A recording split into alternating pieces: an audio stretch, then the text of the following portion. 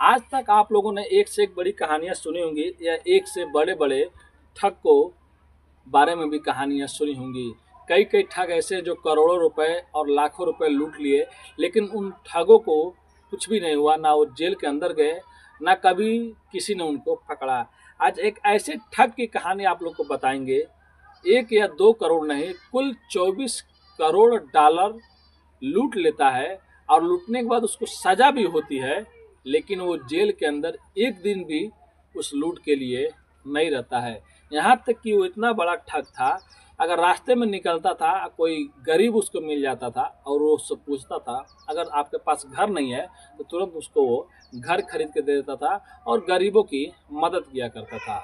और वो एक सपना देखता था कि मैं एक एयरलाइंस कंपनी खोलूँगा और भी पैसे कमाऊंगा। और सच में उसने एक एयरलाइंस कंपनी भी खोल ली और गरीबों का भी मदद किया करता था। लेकिन जब बाद में उसकी कहानी सामने आई तो जिन लोगों ने भी इसकी कहानी सुनी, सब के सब दंग हो गए। कैसे एक आदमी को ठगता गया और उसको कुछ पता ही नहीं चला। तो चलिए इस ठग के बारे में आप लोग को पूरी कहानी सुनाएंगे।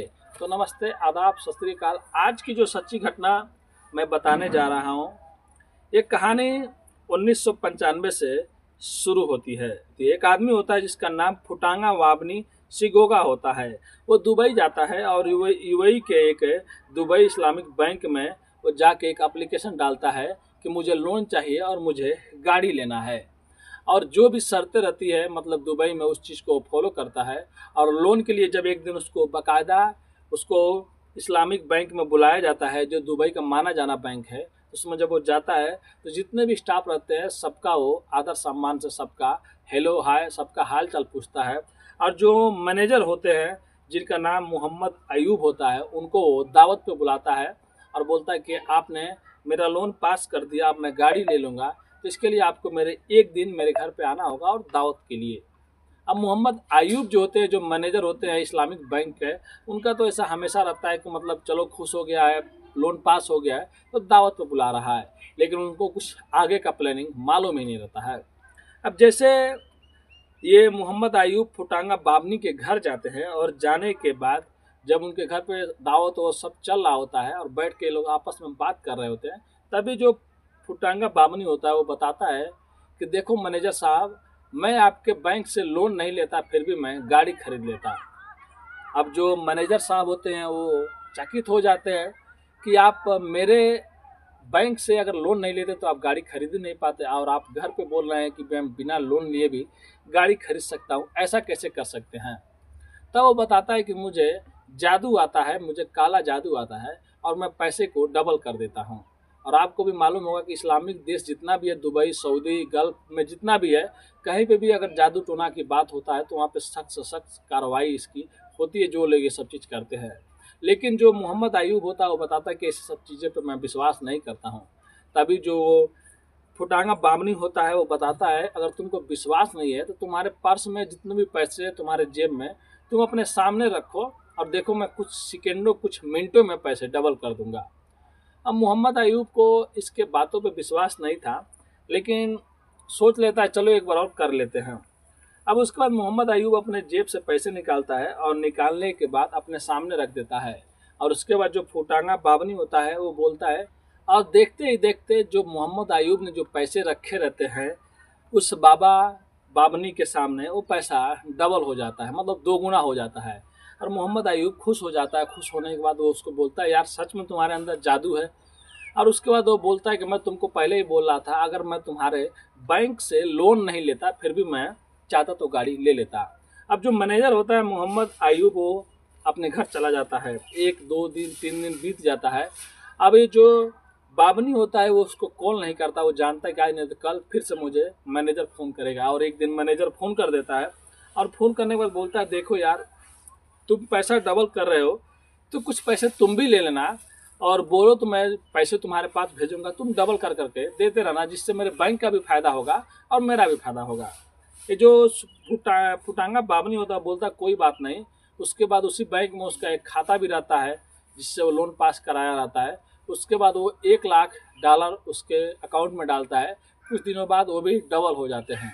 अब ऐसे कर करके अब मोहम्मद अयूब और फुटाका बावनी में बिजनेस होने लगता है, कभी थोड़ा कभी ज़्यादा, कभी थोड़ा कभी ज़्यादा।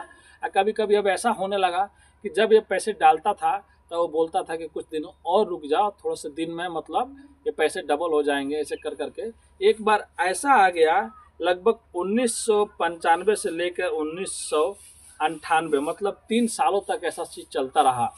कुछ महीने में या कुछ दिनों में पैसे डबल हो जाते थे, जैसे 20, 50, 1 लाख डॉलर। उसके बाद वो दे दिया करता था।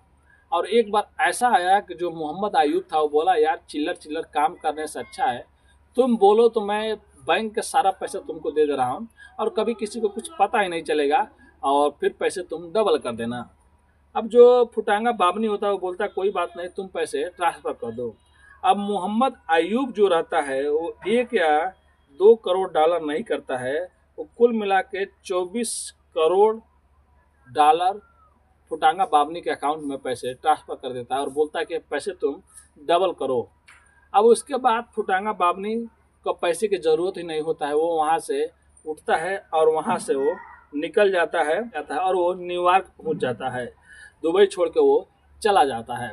और इधर से जाने के बाद बहुत से लोगों के पता चल जाता है, मतलब इधर उधर की बातों से, कि जो बैंक है, जो दुबई इस्लामिक बैंक, इसमें से 24 करोड़ रुपए गायब हो गए हैं। अब बैंक का दिवाला निकलने वाला है। लेकिन इतना बात फैल जाता है कि जो दुबई गवर्नमेंट है उसके पास जब खबर जाती है वहाँ की सरकार का, तो सरकार उस बैंक को अपने कब्जे में लेती है और बोलती है हम इसका मैनेज करेंगे। पैसे की कमी नहीं रहता, इसलिए उस बैंक को कोई प्रभाव नहीं पड़ता है। अब ये जब आदमी न्यूयॉर्क पहुंचता है, न्यूयॉर्क पहुंचने के बाद वो फिर वहां से वो अपने देश मालिक पहुंच जाता है। माली जो अफ्रीकी देश में पड़ता है। अब वो माली जाने के बाद वहाँ पे जब पैसे इसके पास बहुत होते हैं, वहाँ पे जाके ये एक एयरलाइंस खोलता है और 2 प्लेन लेता है और एयरलाइंस अपने देश में चलाने लगता है। फिर कुछ पैसे और भी आने लगते हैं, फिर दोबारा ये न्यूयॉर्क चला जाता है। न्यूयॉर्क पहुँचने के बाद वो बड़े बड़े लोगों से मिलने लगता है और मिलने के बाद उनको बड़ी बड़ी गिफ्टें देने लगता है। तभी वहाँ पे जो सिटी बैंक होता है, जो न्यूयॉर्क का जाना माना बैंक होता है, उसमें एक महिला होती है जो मैनेजर होती है, एक लड़की, उससे वहाँ पे वो शादी कर लेता है। और शादी करने के बाद उस बैंक का अकाउंट नंबर मोहम्मद अयूब को दुबई में भेजता है और बोलता है कि इसमें पैसे डालो, जो पैसे डबल होंगे यहाँ से मैं तुमको भेजता करूँगा। अब जो मोहम्मद अयूब होता है वो इसके इतने झांसे में पड़ गया रहता है कि अगर आदमी कोई पैसा डबल कर रहा है तभी तो जाकर अपने देश में एयरलाइंस खोल रहा है और हर जगह घूम रहा है और बड़ी बड़ी चीज़ें कर रहा है। वो पैसा मेरा थोड़ा थोड़ा करके देता रहा। और इधर क्या करता था, जो बाबनी था वो कभी कभी थोड़ा थोड़ा पैसे उसको डबल करके दे दिया करता था। तुम्हारा पैसा इतना डबल हो गया और तुम्हारा पैसा मैं कुछ टाइम के लिए अपने पास रखा हूँ, मैं बिजनेस कर रहा हूँ, फिर तुम्हारा पैसा तुमको मैं वापस कर दूंगा। अब जब 10 लाख मोहम्मद अयूब फिर से डॉलर डालता है दुबई से, तो 5 लाख जिससे ये शादी किया रहता है वहीं पे उसको दे देता है।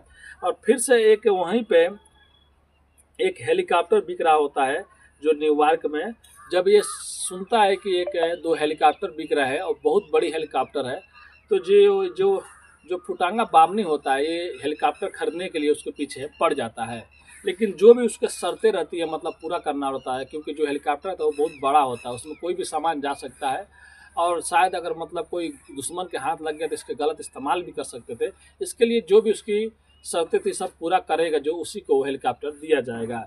इसके पास पैसे तो बहुत थे लेकिन वो इसको इलीगल तरीके से पाना चाहता था। इसी में ये किसी आदमी को 30,000 डॉलर दे देता है तो मतलब कैसे भी करके इसको मेरे मेरे को दिलवाओ। और जब जो भी आदमी उसमें बेचने वाले रहते हैं या जो भी उस आदमी टेंडर में रहते हैं हेलीकॉप्टर के, जब उनको पता चलता है कि एक आदमी है जो माली का रहने वाला है और जो इस हेलीकॉप्टर को गलत तरीके से लेना चाहता है, शायद इसका वो गलत उपयोग करे, कुछ दुश्मनों के साथ मिल जाए। उसके बाद पुलिस इंटरपोल को कहती है और इंटरपोल जब पता लगाती है कि ये आदमी आखिर में इस टाइम है कहाँ, तो जो ये बाबनी सिगोगा था, फुटांगा बाबनी, वो उस टाइम स्विट्ज़रलैंड में रहता है। तो बाबनी को स्विट्ज़रलैंड से गिरफ्तार करके फिर से न्यूयॉर्क लाया जाता है। और न्यूयॉर्क जब लाया जाता है, फिर जब अदालत में पेश किया जाता है जज के सामने, तब ये सोचता है कि मैं क्या करूं, लेकिन अपने वकील से बात करता है तो ये सोचता है कि चलो मैं अपनी गलती मान लूँगा, क्योंकि इसके ऊपर वो केस नहीं लगा रहता है जिसमें 24 करोड़ एक जगह से ठगी किया था। इसको बस वो लीगल इलीगल तरीके से जो जहाज़ को मतलब हेलीकॉप्टर को खरीदना चाहता था उसके जुर्म में गया था। अब ये जज के सामने बोलता है हाँ मैं इलीगल तरीके से उसको खरीदना चाहता था, क्योंकि मैं उतनी शर्तें नहीं पूरी कर सकता था और मैं कोई भी गलत उपयोग उसका नहीं करता। अब इसको 43 दिन का जेल होता है और 2.5 लाख का जुर्माना लगाया जाता है, यानी कि $2.5 लाख का जुर्माना लगाया जाता है। फिर उसके बाद ये कुछ दिन पहले ही छूट जाता है। लेकिन जब इसका पेशी रहता है अदालत में, तो जो भी वहाँ के बड़े बड़े आदमी रहते हैं, जो कई देशों का अम्बेसडर रहते हैं, वो लोग इसको छुड़ाने के लिए गए रहते हैं। अब जज साहब को भी समझ में नहीं आता कि इतने बड़े बड़े लोग इसके पीछे ऐसे कैसे घूम रहे हैं। मतलब वो जो ठग था ना, जो फुटांगा बाबनी, वो अपने आप को मतलब एक तरह से वो अपने आप को रॉबिन हुड जैसी इमेज बना रखे थे। एक कहानी आप लोग जरूर सुने होंगे, जो ठग था रॉबिन हुड, उन जैसा वो मतलब बन के चलता था। जो पैसे मांगता था उनके ऊपर पैसे लुटाता था। एक जगह तो इतना हद हो जाती है, कोई बच्चे होते हैं जिनको न्यूयॉर्क के किसी मतलब कंपनी में जाके खेलना होता है, उनके पास पैसे नहीं होते हैं, ये $5 लाख तुरंत देता था। जो भी गरीब रहते थे उनके ऊपर भी पैसे बहाता था, और जितने भी लोग थे जो उसके साथ में घूमते थे सब पे भी पैसे बहाता था। अब धीरे धीरे करके जब ये ऐश की ज़िंदगी जीता था और यहाँ से अपने मालिक देश में भी जाता था और वहाँ से भी ये आता था, तभी जो अयूब होता है, मोहम्मद अयूब, अब इसको पता लगने लगता है तो शायद मेरे साथ में गलत हुआ है और मैं गलत आदमी के साथ में जुड़ गया, वो पैसे मेरे सब खा गया है, अब शायद पैसे मेरे नहीं मिलेंगे। तब मोहम्मद अयूब अपने एक दोस्त से बताता है कि देखो भाई, मैंने एक गलती कर दी। एक आदमी आया था बैंक में और लोन के लिए बोल रहा था, और वो बोलता था कि मेरे को काला जादू आता है और काला जादू से मैं पैसे डबल कर सकता हूँ। उसने 1-2 बार डबल भी किए, 4 बार। उसके बाद मैंने उसको $24 करोड़ उसके अकाउंट में ट्रांसफ़र कर दिया। खुद मोहम्मद अयूब ने लिखित दिया है कागज़ पर लिख कर। आज भी मतलब ये आप लोग अगर ढूंढेंगे तो वहाँ पे मिलेगा, मतलब रिपोर्ट में मिलेगा। उसके बाद जो उसका दोस्त रहता है वो बड़े बड़े अधिकारियों को और उस पूरे बैंक में बता देता है। फिर उसके बाद मोहम्मद अयूब के ऊपर केस हो जाता है। फिर मोहम्मद अयूब को 3 साल की सज़ा होती है, और सज़ा होने के बाद जो ये बाबनी होता है इसको भी 3 साल की दुबई गवर्नमेंट सज़ा देती है। अब जैसे ही बाबनी को पता चलता है, फुटांगा बाबनी को, कि मेरे ऊपर भी केस हो गया है और मैं बचूंगा नहीं और मैं जेल में चला जाऊंगा, जो मतलब मैं ठगी किया हूँ, तो उसके बाद वो तुरंत वहाँ से भाग कर अपने देश माली पहुँच जाता है। और माली चले जाने के बाद जो इंटरपोल होती है, मतलब माली एक ऐसा देश है जहाँ से मतलब कोई भी किसी को कहीं पे नहीं भेज सकता, मतलब किसी और को। ऐसे जैसे कि अभी इंडिया में है, इंडिया से कोई अगर आदमी कुछ करके गया है किसी देश में तो उसको हम लोग वापस ला के इंडिया में सज़ा दे सकते हैं, या इंडिया का आदमी तो उसको वापस जाना पड़ेगा कुछ गलत किया है तो। लेकिन माली देश में ऐसा कुछ नहीं था। अब वो माली जाने के बाद कोई भी उसको कहीं लेके जा ही नहीं सकता जब तक वो अपनी मर्जी से कहीं नहीं जाएगा। अगर वो देश छोड़ के जा रहा है किसी और देश में तो इंटरपोल उसको पकड़ लेगी। अब वो वहाँ पे जाता है, वहाँ पे जाने के बाद वहाँ से दोबारा कभी कहीं पे वो जाता ही नहीं है। तो आप लोग सोच सकते हैं, एक आदमी जो इतने ठगी किया अपने जीवन में, लगभग $35,000 और उसके बाद जो लिखित दिए ये 24 करोड़, मतलब कुछ पैसे मिल गए थे। उसके बाद वो माली में ही रहने लगा, और रहने के बाद उसने शायद 1-2 बार इलेक्शन में लड़ा और उसका वहाँ के वो एमपी भी बना और गरीबों की मदद भी करता था। और अभी उसकी जो उम्र है लगभग अभी 2025 में लगभग 70 या 72 साल है। अब वो बोलता है कई बार कि मैं क्या अब किसी और देश में घूमने जाऊं। उसको घूमने का तो बहुत मन करता है कि मैं किसी देश में जाऊं, फिर से घूमूं। अभी भी पैसे हैं, शोहरत है उसके पास, क्योंकि पैसे इतने उसने और बिजनेस भी बहुत से सारे उसने किए थे। तो अब किसी देश में वो जाता नहीं है कि मैं जाऊंगा तो झूठ मूठ को 3-4 साल मेरे को जेल में रहना पड़ेगा। अब उससे अच्छा है कि अपने ही देश में रहो और अपने ही लोगों के साथ में रहो और यहीं पर अपनी ज़िंदगी ख़त्म कर दो। तो ये थी एक ठग की कहानी।